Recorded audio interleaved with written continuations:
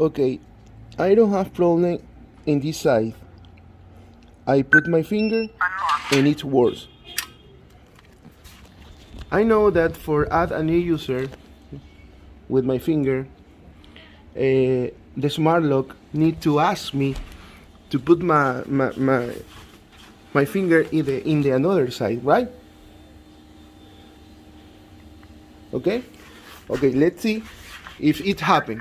Press 1 to add user. Okay, Press 2 to delete. Input unlock information. okay, there we go. Please input again. Okay, Please input again. 2 Please input again. and the last one. 0, 2, 5. Okay. Successful. So never the smart lock Input unlock asked me information. to put my finger in the another side. As you can see, it doesn't work. So for this side, I need to open with a key or with a card. That's the problem with the smart lock.